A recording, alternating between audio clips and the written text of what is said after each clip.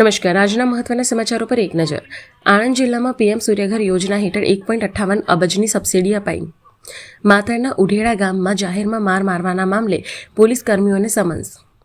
માતરની પ્રાથમિક શાળાના શિક્ષકે પુત્રને વિદેશ મોકલવા ઉછીના લીધેલ 2 લાખ પરત પેટે આપેલ ચેક રિટર્ન કેસમાં 1 વર્ષની કેદ. પેટલાદ તાલુકા શિક્ષણ અધિકારીની ઓફિસને સુવિધાજનક બનાવવા સ્વૈચ્છિક દાનના નામે શિક્ષણ દીઠ ₹500નું ઉઘરાણુંનો વિવાદ. જામનગરમાં સરકારી જમીન પરથી 16 ગેરકાયદે દબાણો દૂર 45 કરોડની પ્રોપર્ટી કરાઈ ખાલી. જૂનાગઢ મનપાનો મોટો છબરડો.